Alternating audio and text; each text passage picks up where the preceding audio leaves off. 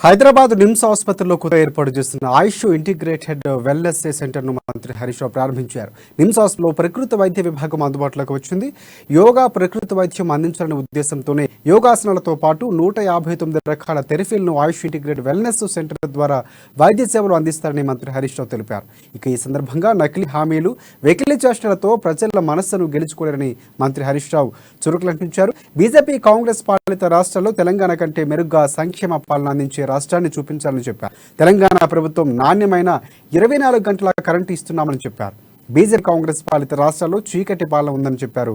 విద్యుత్, వైద్య, సాగు రంగాల్లో తెలంగాణ కంటే మెరుగ్గా ఉండే రాష్ట్రాన్ని నిరూపించాలని కూడా హరీష్ రావు ఉన్నారు. ఇక వైద్య ఆరోగ్య శాఖ రంగంలో తెలంగాణ 3వ స్థానంలో ఉన్న విషయాన్ని గుర్తు చేశారు.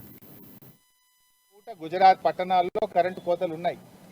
తెలంగాణలో పల్లెల్లో లేవు కోతలు, వ్యవసాయ రంగానికి కూడా కోతలు లేకుండా నాణ్యమైన 24 గంటల కరెంట్ ఇస్తుంది తెలంగాణ ప్రభుత్వం.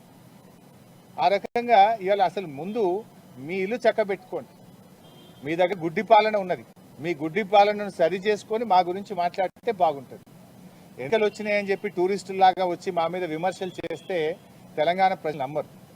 తెలంగాణ కంటే ఈ దేశంలో ఏ రాష్ట్రంలోనైనా ఏ రంగంలోనైనా ఇంకా మెరుగైన పాలన ఉంటే ఆ రంగం ఏదో చెప్పండి. మాకు విద్యుత్ రంగమా, వైద్య రంగమా, వ్యవసాయ రంగమా, మరి పల్లె ప్రగత, పట్టణ మీరే కదా అవార్డులు ఇచ్చేది.